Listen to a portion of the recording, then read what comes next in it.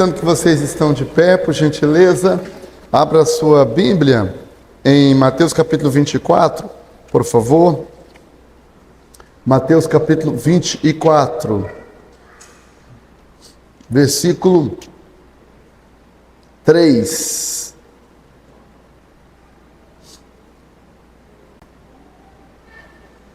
Mateus 24, versículo 3. E estando assentado no Monte das Oliveiras, chegaram-se os seus discípulos em particular, dizendo: Diz-nos, quando serão estas coisas? E que sinal haverá da tua vinda e do fim do mundo? E Jesus respondendo, disse-lhes: Acautelai-vos que ninguém vos engane, porque virão em meu nome, dizendo, eu sou o Cristo. E o que está aí? Enganarão a muitos. Amém. Só até aqui. Não, ainda poderemos ler, versículo 10. Nesse tempo, muitos serão escandalizados, trair-se-ão uns aos outros, e uns aos outros aborrecerão, e surgirão muitos falsos profetas. E o que? Enganarão a muitos, e por se multiplicar a iniquidade, o amor de muitos se esfriará. Amém. Podem sentar, por gentileza. Mantenha a sua Bíblia aberta. Nesta noite, nós vamos refletir com esse tema bíblico, combatendo a teologia progressiva. Para baixar um pouquinho. Teologia progressiva. Muitos de nós nem nunca ouvimos falar, evangelista Júnior, essa expressão, irmã Carla, teologia progressiva. De que se trata isso? O que é teologia progressiva, irmã Ana Cristina? Teologia progressiva não surgiu, de uma vez com um homem só. A teologia progressiva ela é resultado de um processo histórico. Foi acontecendo. E como? Como é que isso aconteceu? Vamos aqui por parte. Ela surgiu com as raízes do chamado iluminismo. Iluminismo nos séculos 17 e 18. O que é o iluminismo? Iluminismo também é conhecido como a época das luzes. E luzes aqui não tem nada a ver com lâmpada. A era das luzes foi conhecido como a era, na época da história, quando eu estou falando século 17, significa anos 1800. Século 18, anos 1900. Então, nesse período da história, surgiu o iluminismo. Por que esse nome iluminismo? O iluminismo foi um movimento intelectual europeu, surgiu na Europa, onde se exaltava o conhecimento, a ciência, a razão, o estudo, a pesquisa. Então, por que isso? E as descobertas e as pesquisas científicas dos filósofos, dos estudiosos, eles começaram a questionar a religião, começou a questionar a igreja, começou a questionar as verdades tidas até então. Nessa época, começou a questionar a inspiração da Bíblia. Até então, ninguém nunca questionou, mas a partir de agora, quem escreveu a Bíblia? Tem tantos anos, foram feitas traduções. Quem sabe se essas traduções não foram corrompidas? Foi nessa época que começou esses questionamentos. Inspirada? Foi escrita por homens. E Deus? Começou-se a duvidar também da existência de Deus. Nessa época. E aí, a valorização da ciência. Nessa época, falava-se muito de ciência. E aqui, meus irmãos, atenção a todos, por favor. Quando se falar, a ciência descobriu isso. todas as vezes, viu, Jason? Você que é pesquisador, todas as vezes, irmã Marina, presbítero Francisco, quando ouvi essa fala, missionário Luceni, a ciência descobriu isso. Você pergunta, qual ciência? Qual a área da ciência? Entendeu, Carla? Porque dentro da ciência tem muitas áreas, como também dentro do movimento cristão. Eu sou cristão, mas você é cristão o quê? Evangélico, católico, espírita, kardecista? Tudo isso é dentro do cristão. Então, irmão, jovem, atenção. Muitos jovens falam, viu, Stephanie? Não fala isso. Eu sou cristã. Não diga isso. Você pode dizer, eu sou crente, eu sou protestante. Aí você pode dizer, até evangélico, está complicado falar evangélico. Por quê? Porque muitos artistas, que, desculpa a expressão, tá? Que não são pipoca nenhuma, falam que é evangélico. Posam nuas, dizendo que é evangélico. Que é evangélico?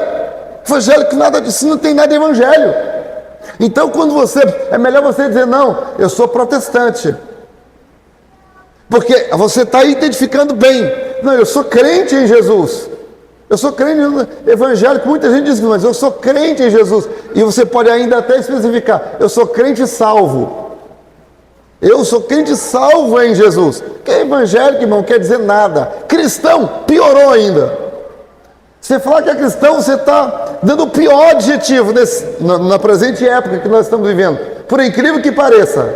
Porque cristão, espírita também é. Católico é. É um cristão. Tem cristão que não acredita nem em Deus. Você tem ideia? Não? Não, mas acredita em Jesus. Que Jesus foi um homem bom. Viveu um tempo atrás. Fez coisas boas. Deixou bons ensinamentos. Cristo foi um cara legal, e eu sou cristão porque eu sigo os ensinamentos de Cristo, os ensinamentos em relação ao próximo, amar o próximo, fazer coisas boas. Mas ele não está pensando em salvação, ele não está pensando em perdão de pecados, ele não está pensando em céu, ele não está pensando em arrebatamento, ele não está pensando em santidade, está pensando no batismo, nas águas, igreja, Bíblia, nada disso. Então, vocês estão entendendo? Então, foi nessa época aí do iluminismo, na época das luzes, do conhecimento, da época que começou a se exaltar o intelecto, a mente, a razão, a filosofia. E aí, por exemplo, milagres eram tidos como parábolas nessa época. Que Jesus andou sobre o mar, não, andou sobre o mar, aquilo aí é só uma parábola. Que curou o cego, não, aquilo ali foi só uma maneira de dizer. Começou-se a questionar os milagres. Então aqui, nessa época nasceu a ideia de que a Bíblia deveria ser reinterpretada. Olha só, não é da agora que o diabo usa esse pessoal intelectual, usa autoridades, governos, não é da agora para tentar diminuir a Bíblia. Não é da agora. Quando você estuda a história da Bíblia, teve uma época que o diabo tentou queimar todas as Bíblias. Claro, não foi o diabo em pessoa assim, aparecendo, não, usando governos, usando sistemas, usando pessoas, usando autoridades. Como recentemente no nosso Brasil, no parlamento brasileiro, foi feito um projeto de lei para recolher todas as Bíblias chamadas tradicionais. E as impressoras bíblicas só poderiam imprimir a Bíblia chamada inclusiva. Só que graças a Deus esse maldito projeto não passou. Porque se passa, eles iam obrigar a gente a comprar essa tal da Bíblia inclusiva. Essa Bíblia é toda adulterada, tirada montão de textos. A Bíblia só é a palavra de Deus, porque Deus nunca permitiu que ninguém tirasse nada dela, e nem acrescentasse nada a ela também. É palavra viva, é fiel, é verdadeira, aleluia, glória a Deus, bendita seja a palavra de Deus. Então, com o iluminismo O iluminismo, ele surgiu, e nessa época que começou a dar espaço para questionar a Bíblia, para questionar a inspiração, questionar milagres, aí o iluminismo, ele deu a origem a um filho. O filho chamou liberalismo teológico. Quando eu falo filho, não esse sistema chamado iluminismo, ele criou uma outra ideia, chamada liberalismo teológico, século XIX e XX. O liberalismo teológico, principais ideias do liberalismo teológico. A Bíblia, ela não é a palavra de Deus. Ela só se torna a palavra de Deus quando você pratica. A Bíblia não é a palavra de Deus, ela só contém a palavra de Deus. Entendeu? No liberalismo teológico, um liberal, eles não acreditam que a Bíblia é letra por letra, palavra por palavra, irmã Ana Cristina. Palavra de Deus, não acredita nisso. Tá? No liberalismo teológico, Jesus, ele não é o Salvador, ele é só uma pessoa que fez coisas boas. No liberalismo teológico, para eles, a Bíblia tem erros de copistas, de tradução. Aí nessa época do liberalismo teológico surge uma outra questão que é chamada crítica bíblica, chamada alta crítica. A alta crítica. É por isso que a gente tem que ter muito cuidado com Bíblia que a gente compra. Por exemplo, não sei quantos tem aqui a Bíblia NVI. Eu gosto dessa Bíblia aqui. Essa Bíblia tem uma linguagem assim tão boa. Mas a NVI, ela não foi usada os textos chamados majoritários para ser traduzida. Foi usado os textos críticos. Só para você ter ideia, no texto crítico não tem Marcos capítulo 16, versículos de 12 a 20. Não tem. Mas na NVI tem, mas tem uma notinha lá embaixo de rodapé, dizendo que aquilo ali não consta nos originais. Não consta nos originais que eles escolheram. Porque existem dois grupos de textos chamados originais. Dois grupos de textos. Um chamado majoritários, textos majoritários. O próprio nome está falando majoritário porque é maioria. E depois tem o texto crítico, ou texto recebido, recépticos. Esse texto já é o texto com menor número de cópias. Só para você ter uma ideia de que eu estou falando, você chega num lugar, tem lá 12 pessoas. Ei, aqui, 12. Você é juiz. Aí você tem das 12 pessoas, 10 pessoas falando assim: o Joaquim não bateu na Maria. Tem 10 pessoas falando: Joaquim não bateu na Maria. Aí você tem duas falando: bateu na Maria. Você vai acreditar em quem? Nos 10 ou nos 2? Hein? 10 é majoritário, sim ou não? Maioria, sim ou não? É exatamente isso que acontece com a Bíblia. Então, por isso que nós não recomendamos essa Bíblia chamada NVI. NVI, não recomendamos. Eu até tenho, como tem católico, como tem de Jeová, só para pesquisa. Mas não a uso nem para pregar e nem para poder fazer doutrina, que eu sei os problemas que ela tem. Isso surgiu com a chamada alta crítica. A alta crítica. Na alta crítica, começou a questionar os autores, os escritores de certos livros.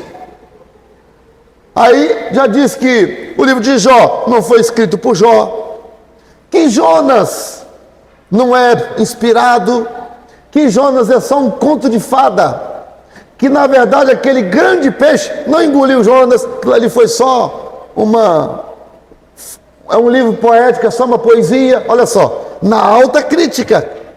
E esse pessoal da alta crítica, com essas invenções, com essas explicações malucas, resolve fazer uma Bíblia. Você vai dar crédito? Então, nesse contexto dessas críticas em relação à Bíblia, é que surge então algumas teologias. Primeiro, surgiu a chamada teologia da libertação, por um padre chamado Leonardo Boff. Teologia da libertação. A teologia da libertação é uma teologia para pregar um evangelho social. Evangelho social. Tem muita gente pensando que obra social é missões.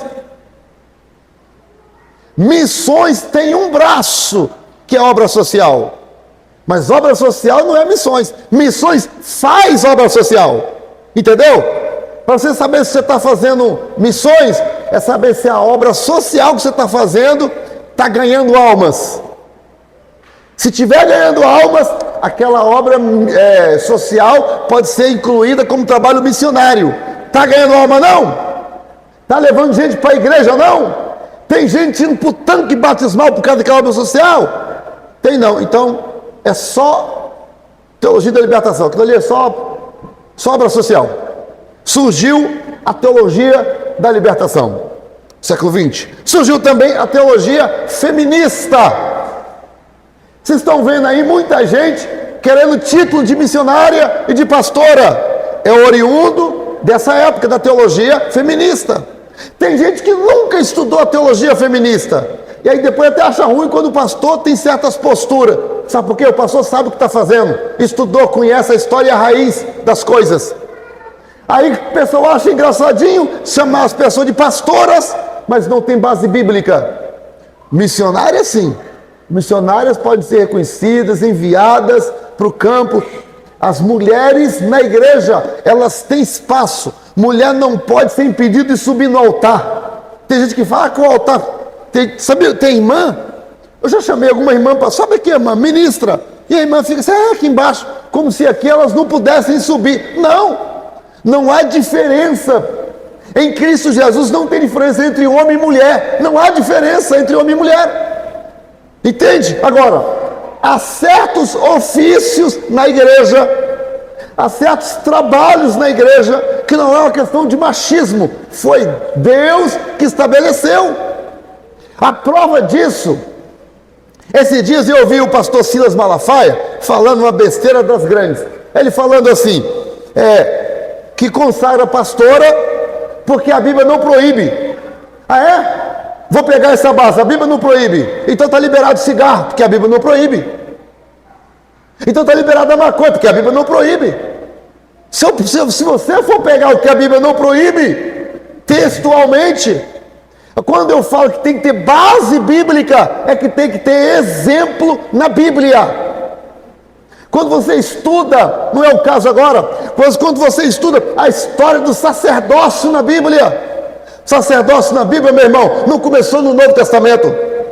A Bíblia diz que Melquisedeque foi o sacerdócio na Bíblia, começa antes do sacerdócio levítico, começa antes de Abraão. Você tem ideia como é que é esse negócio na Bíblia?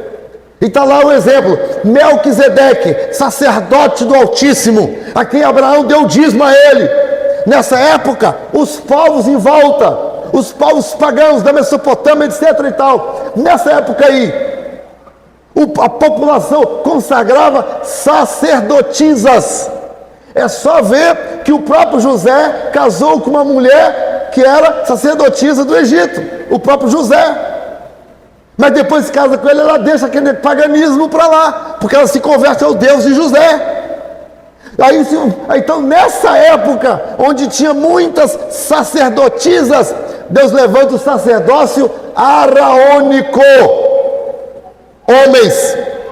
Chega no Novo Testamento, com a graça, Jesus, o maior quebrador de protocolos, o maior quebrador de paradigmas, Jesus. O pessoal não sentava com judeu, não sentava com o samaritano, Jesus sentou. Judeu não entrava na casa de pecador, Jesus entrava e comia com eles. Judeus não tocavam em coisa morta, Jesus tocava e ressuscitava defunto. Jesus foi o maior quebrador de paradigmas, mas só que na hora dele escolher os apóstolos, ele escolheu 12. Por que não escolheu uma apóstola? Por quê? Nós somos cristãos nesse sentido, né? Nós pregamos o cristianismo. No cristianismo, nós seguimos o que Jesus fez, o que Jesus ensinou, o modelo dele. Se o modelo de Jesus não serve, meu irmão, será? Você vai para o céu que ele foi preparar? Porque é ele que virá buscar a igreja, e a igreja constituída por ele. Foi ele que disse em Mateus capítulo 16 e versículo 18: eu edificarei a minha igreja, e a porta do inferno não prevalecerão contra ela. A igreja tem um dono, seu nome, Jesus Cristo de Nazaré. Paulo, mais na frente, escrevendo em Efésios, ele fala assim: fundados sobre os pilares dos apóstolos, falando da igreja. A igreja está edificada nos pilares dos apóstolos. Tanto é que na igreja primitiva, Atos 2:48, perseverava na doutrina dos apóstolos, na comunhão, no partir do povo. Está vendo? Na doutrina dos apóstolos, não das apóstolas. Quando eu falo tem que ter base bíblica, tem que ter exemplo na Bíblia, tem que ter fundamento na Bíblia. Eu não quero estar numa igreja duvidosa. Imagina, pessoa batiza, o batismo não é válido diante de Deus, está entendendo? Porque Deus não credenciou aquela pessoa. A credencial, irmão, não é dada por homens. A credencial, tem muitos pastores, homens, macho, mas que não foram credenciados pelo céu. Não foram. Você não vê Deus na vida da pessoa. Sacerdócio, a Bíblia diz lá em o escritor aos Hebreus, diz assim: ninguém toma para si essa honra, senão aquele que foi chamado por Deus, como foi Arão. Não se meta besta, não queira tomar para si essa honra. Você pode ser homem, você pode ser o que você for. Se Deus te chamar, amém, não corra também não. Agora, se não te chamou, não se mete nisso não, que isso não é coisa para achar bonito não, é para quem é chamado por Deus. Vai ter uma cobrança. A Bíblia diz: não queirais muito de vós, semestres, porque receberão um juízo mais severo. A coisa é séria, a peneira é estreita.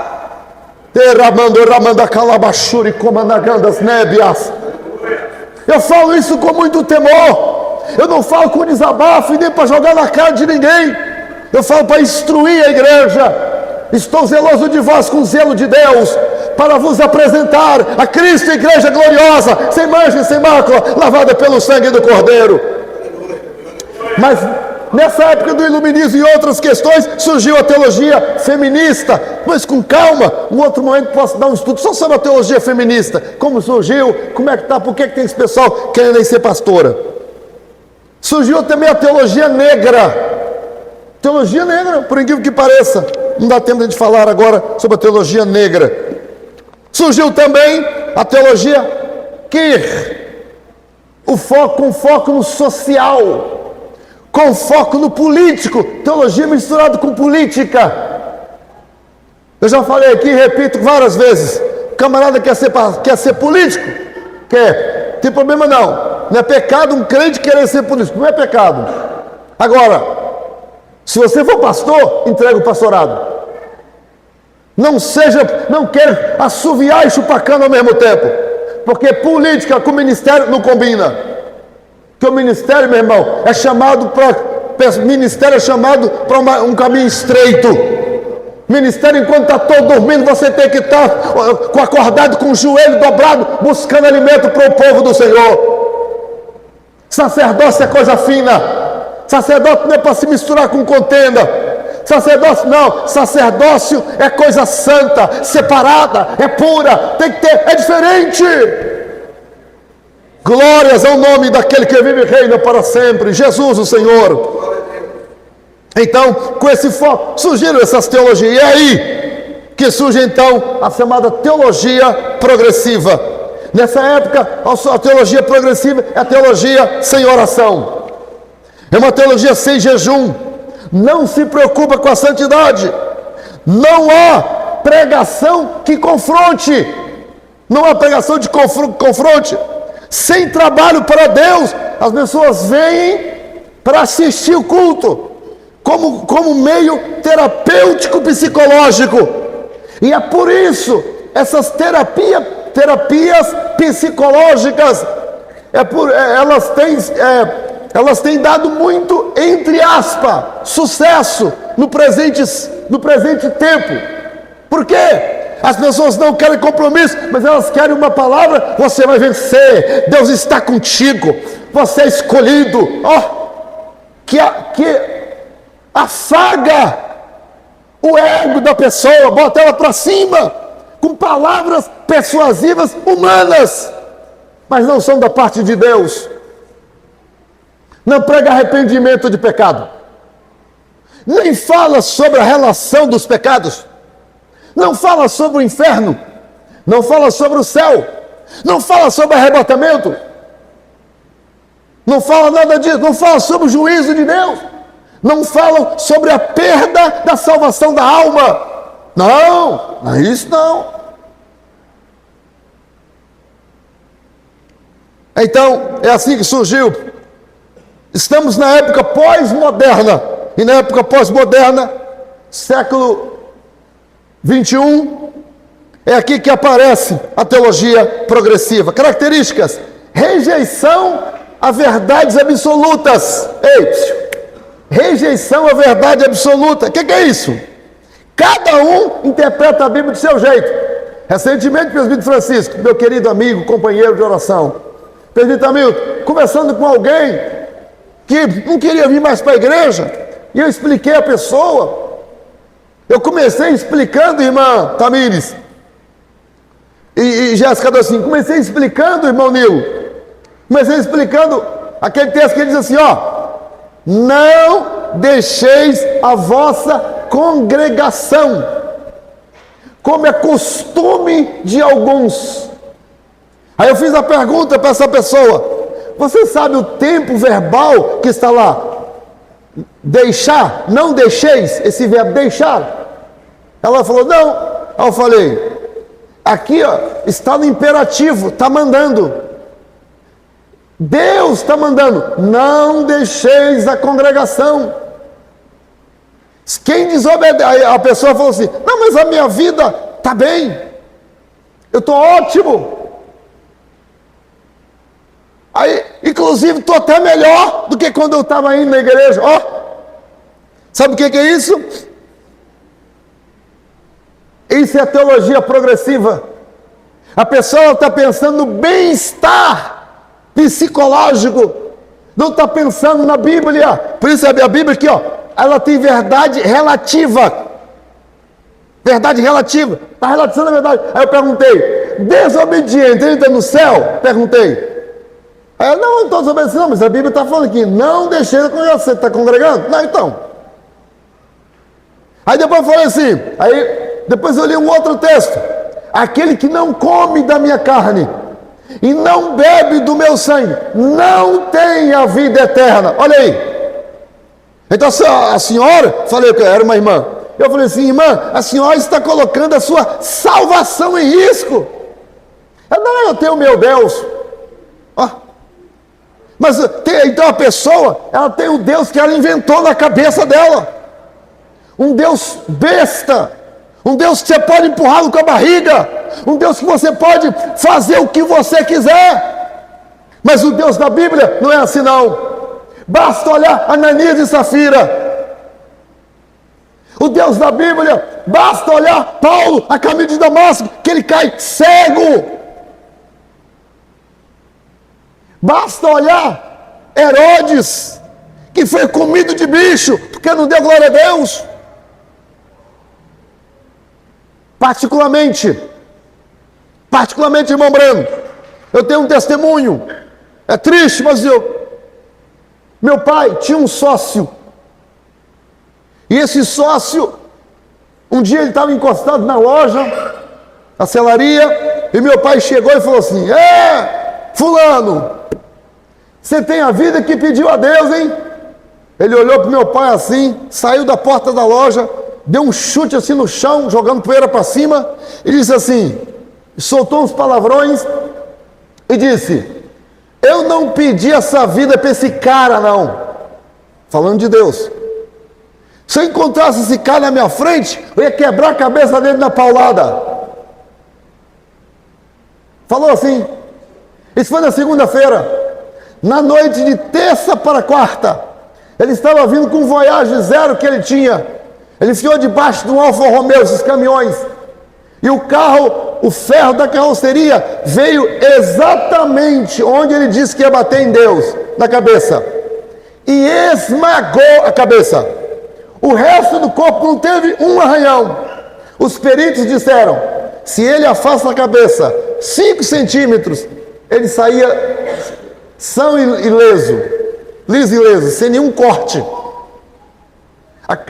Ele não teve rosto para olhar, colocaram foto, porque a cabeça esmagou, esmiuçou, virou como se tivesse passado um caminhão em cima, ficou como carne moída, a cabeça.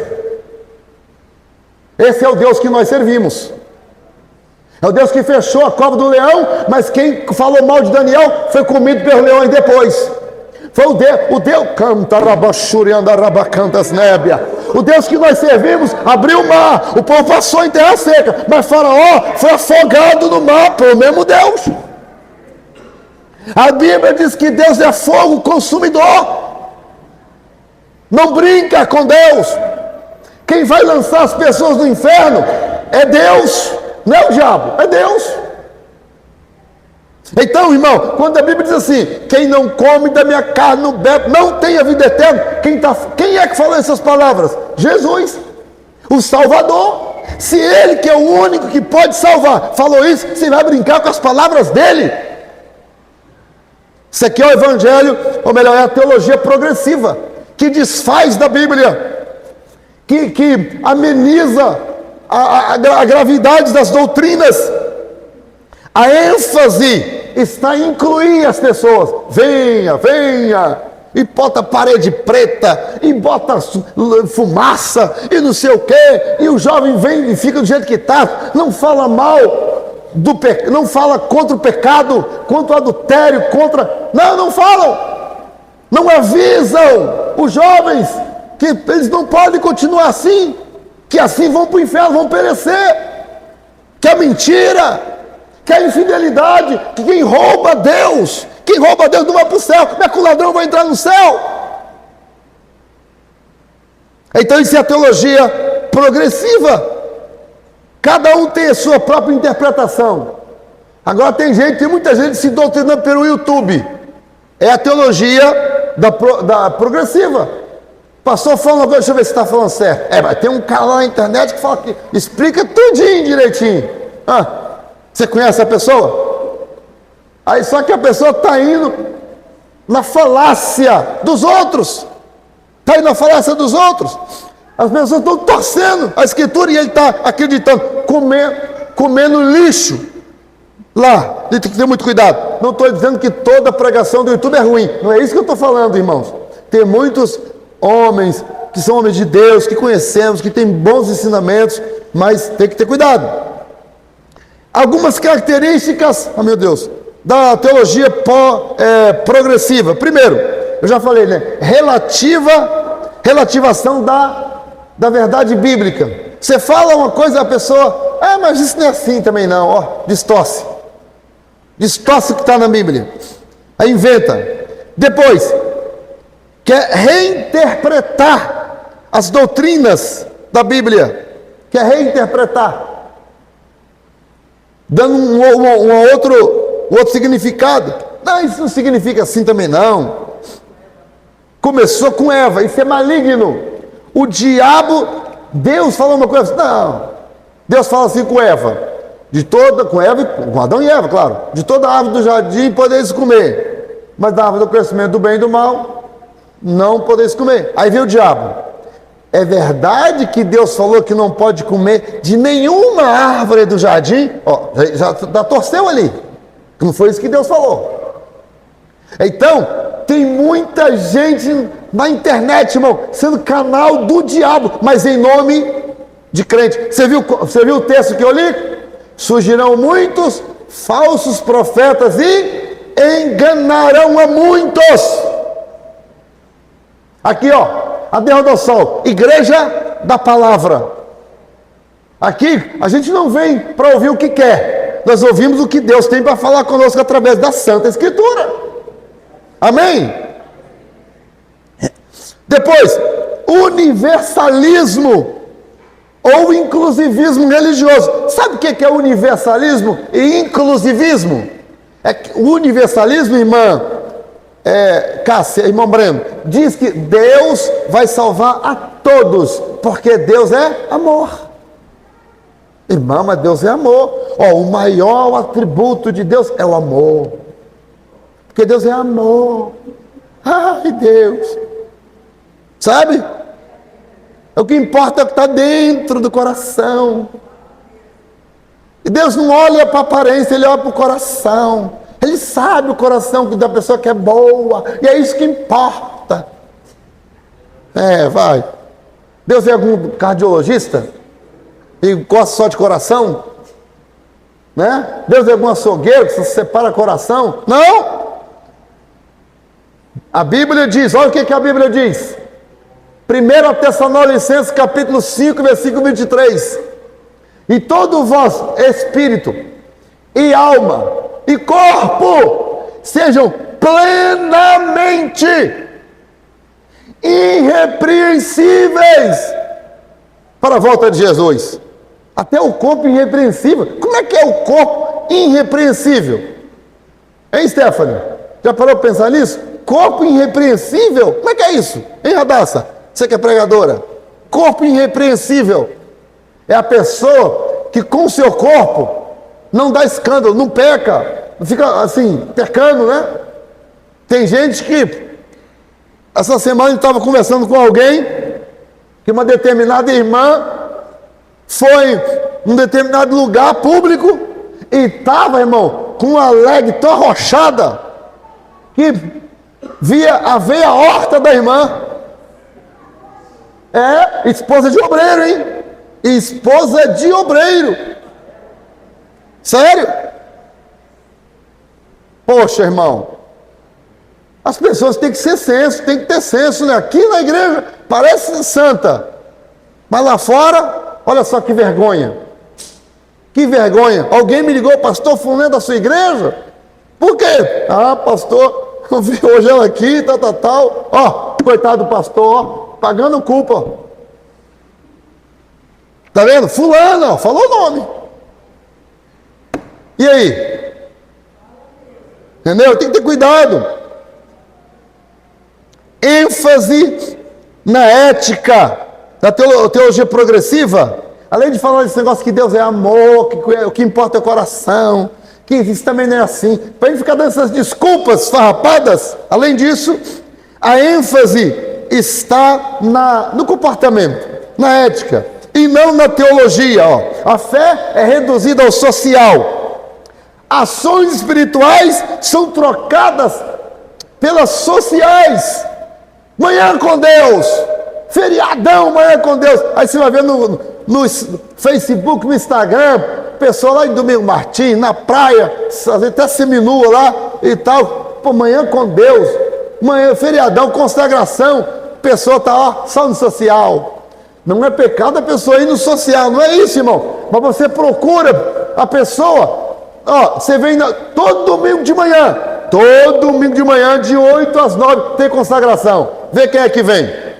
Você nunca vê essa pessoa. Bastou ter um feriado, a pessoa toca para Domingo Martins, para Santa Teresa, para Cascata, não sei das quantas. Tem tempo para tudo, só que nunca tem tempo para estar na consagração. Irmão, você pode pegar a sua família, não sou radical não, tá?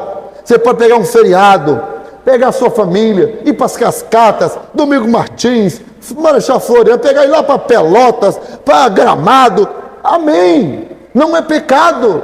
Agora, você fez isso uma vez? Fiz. Próximo feriado, programa com toda a sua família. Vem para a igreja, vem buscar. Chegou o domingo, você saiu, viajou com a sua família. Chegou o domingo, eu, Luciano, nós que somos sacerdotes da casa, eu, Breno, Cássia, amanhã vamos acordar cedo, amanhã é domingo, tem consagração. Vamos todo mundo aqui em casa, vamos juntar os meninos, papagaio, periquito, todo mundo, vamos para a consagração. Vamos orar.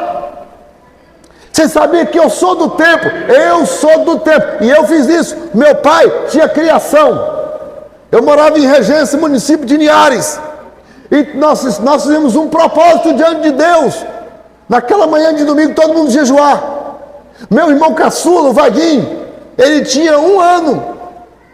Ele mamava no peito. Meu pai falou: hoje ninguém se alimenta, nem os animais. Eu não tratei de nenhum, deixei tudo com fome, os animais. E o meu irmão chorava no peito. Minha mãe não deu peito até 11 horas, até o momento que voltar da consagração. Todo mundo jejuando, propósito diante de Deus. Sabe o que é isso? Só faz isso quem é espiritual.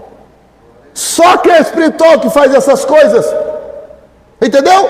Todo mundo jejuando em favor da causa. Qual era a causa? Era eu. Eu era a causa. O médico disse que eu tinha de 4 a 6 meses de vida.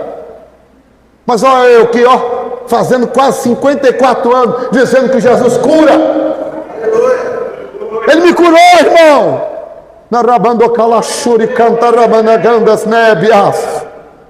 Valeu a pena.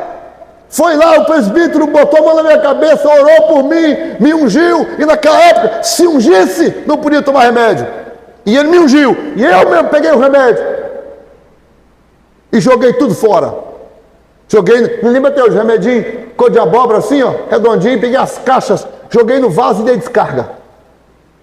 Falei, para morrer ou para viver? Vou acreditar em Jesus de Nazaré. Estou aqui, ó, para a glória de Jesus Cristo, Senhor. Isso aqui, irmão, não é teologia progressiva, não. Isso aqui é teologia ortodoxa, crê no milagre, crê no Deus vivo. Existe, na teologia progressiva, se questiona milagre, questiona o sobrenatural, como se Deus não fizesse. Depois, redefinição da identidade de Jesus. Não sei se vocês já viram, tem gente aí dizendo que Jesus era gay. Tem gente dizendo que Jesus era gay. Por quê? Deitava o corpo, o ombro, o rosto no ombro de João. Escolheu 12 homens. E depois deu um beijo de João, de Judas. Isso é uma blasfêmia. Isso é uma blasfêmia falar uma coisa terrível dessa. Isso é blasfêmia, irmão. Se tem um cabra macho, é Jesus de Nazaré. Aleluia. Tanto é que a Bíblia fala, só há um mediador entre Deus e os homens, Jesus Cristo, homem. 1 Timóteo 5 e 2, 2 e 5. Está lá escrito, 1 Timóteo 2 e 5. Só há um mediador entre Deus e os homens, Jesus Cristo, homem. Homem. É desse jeito. Timóteo, está aqui, está escrito, vou até ler, só de convicção. Tem outros que falam essas besteiras aí também. É isso mesmo, 1 Timóteo 2 e 5. Porque há um só Deus e um só mediador entre Deus e os homens, Jesus Cristo, homem. Jesus Cristo, macho. É isso aí. Depois, desconstrução teológica. Faz parte da teologia progressiva. Desconstrução da teologia. A desconstrução da fé. Agora, é trocada a verdadeira fé por práticas religiosas. A pessoa vem para a igreja mais por religiosidade. Não vem com o intuito de adorar a Deus. Vem para encontrar o irmão fulano, ciclano. Vem porque é costume vir. Tanto é que chega e nem dobra o joelho para orar. A pessoa não consegue chegar mais cedo, um pouquinho do culto começar, para ter um tempinho a mais para falar com Deus. Temos uma irmã aqui na nossa igreja. É difícil eu chegar aqui que ela não está aqui orando. O pessoal critica ela, mas todo culto eu chego, ela está com o joelho dobrado orando. Antes do culto começar. Eu fico pensando ali, ó. Está vendo? Irmão, isso era uma prática comum na igreja. Abria a igreja meia hora mais cedo, porque os crentes vinham meia hora mais cedo para orar.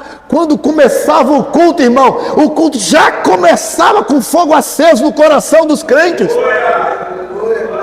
Aleluia! Ai, eu estou sentindo a presença de Deus aqui, irmão.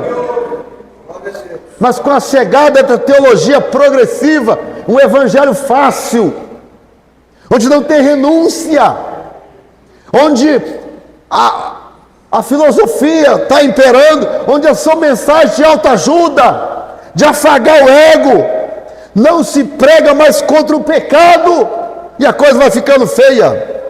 Mudança de abordagem ao pecado, característica da teologia progressiva, mudança, o pecado agora está assim, camuflado, não se fala mais contra o pecado, contra o adultério, não se fala contra a mentira, o mal pagador. Tem gente que é mal pagador, irmão, pelo amor de Jesus Cristo, você tem um nome, fica até no prejuízo, mas pague o que você deve. Oxente,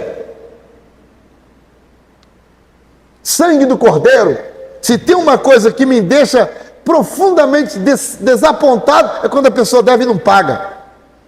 Hoje eu estava no médico com a minha esposa, aí uma irmã, que é aqui da região, não é da nossa igreja não, ela estava falando que o porteiro do prédio, quando vê ela chegando lá embaixo, se esconde. Por quê? Porque ela vende docinho salgado nos andares do prédio. E o porteiro comprou, o cabra homem, entre aspas homem, né? Aí fica fugindo de pagar o docinho que a pobre coitada vende para se suprar. Irmão, você não tem dinheiro, não compra. Agora você comprou, a pessoa fez compromisso com aquilo. E ele, imagina, cabra, pai, sem vergonha, fugindo de uma mulher. Imagina, de uma mulher, para não pagar, vai ser descarado assim lá longe.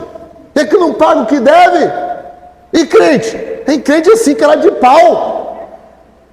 A minha esposa, todo mundo sabe, ela vende produtos da Natura, como é que é? Esse estranho aí, produto de beleza.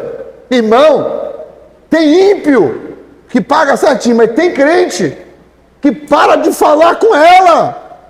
Imagina, eu quero ver o céu que esse pessoal vai, porque irmão, o caloteiro está roubando a pessoa, sabia? É uma maneira de roubar. Porque a pessoa comprou, no caso da minha esposa, ela comprou o produto, ela pagou. E se você não sabe, ela tira o dízimo antes de receber. O produto chegou lá em casa, caixa fechada, ela faz as contas, já tira o dízimo. Vai mexendo, vai mexendo. O negócio é com Deus, rapaz, vai. Por último, irmão, ai meu Deus, acabou a hora. Ai Jesus, não dá mais tempo.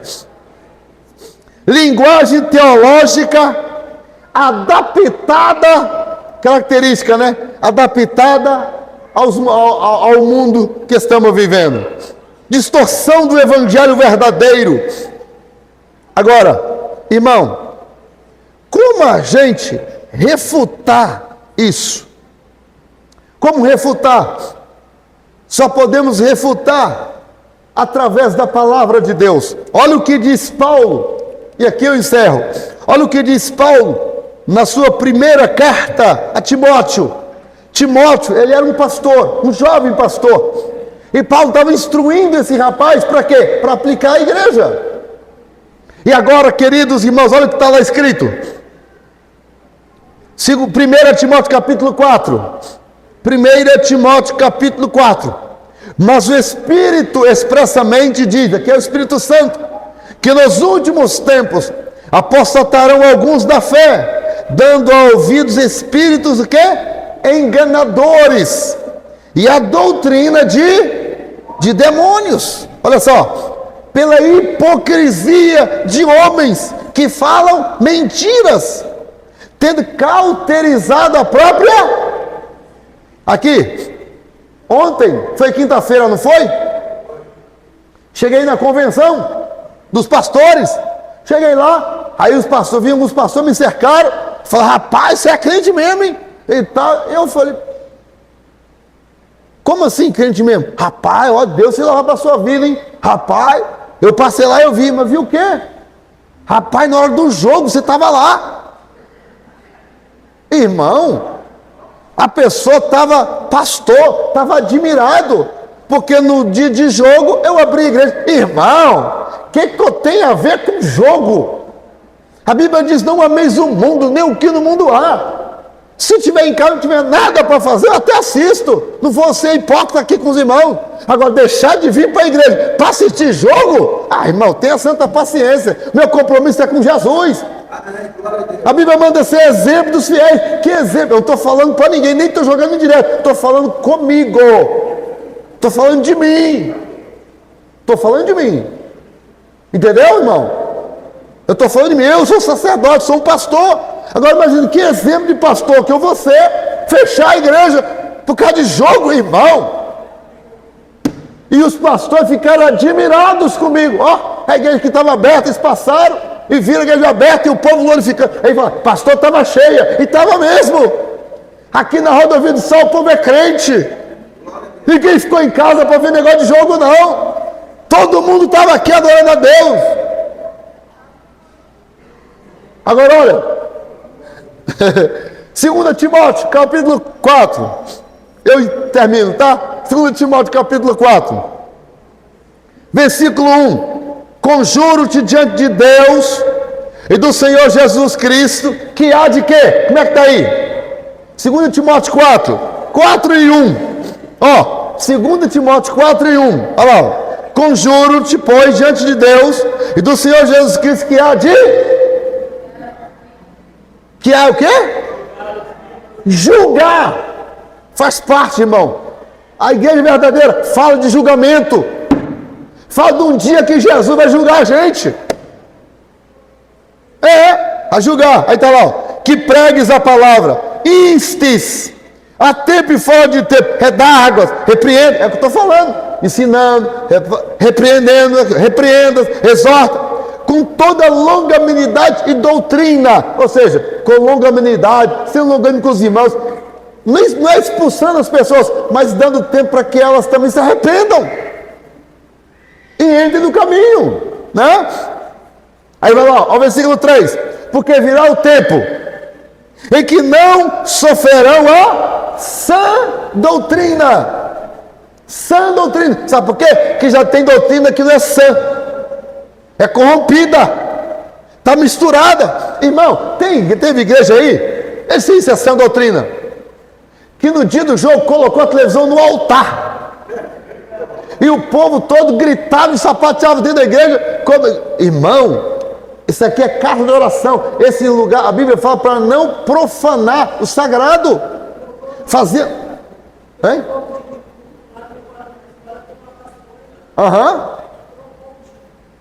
Trocou até o dia de culto. Entendeu? Sabe o que é isso? É profanar o sagrado, irmão. Mas onde tem sã doutrina, isso tudo é combatido. Amém? Olha lá, mas alguns tendo como chão no ouvido, amontoarão para si doutores conforme as suas próprias concupiscências. Aqui, sabe o que é concupiscência, Breno? É desejo. Então a pessoa assim: eu gosto daquele pastor, lá pode, aqui não pode. Aí amontoando para si. Irmão, quem tem que moldar sou eu, ao evangelho. Não é procurar uma igreja que se amolde às minhas falhas, não. Você está entendendo o que eu estou falando? Tem gente que procura a igreja que molda não é assim não. Versículo 4, desviarão os ouvidos da verdade. Irmão, que Deus nos guarde de desviar da verdade. Quem quer estar na verdade aqui? Conhecereis a verdade, e a verdade vos libertará. A verdade é Cristo. Amém? Que Deus abençoe. Fale mais e melhor em nosso coração. Olha lá,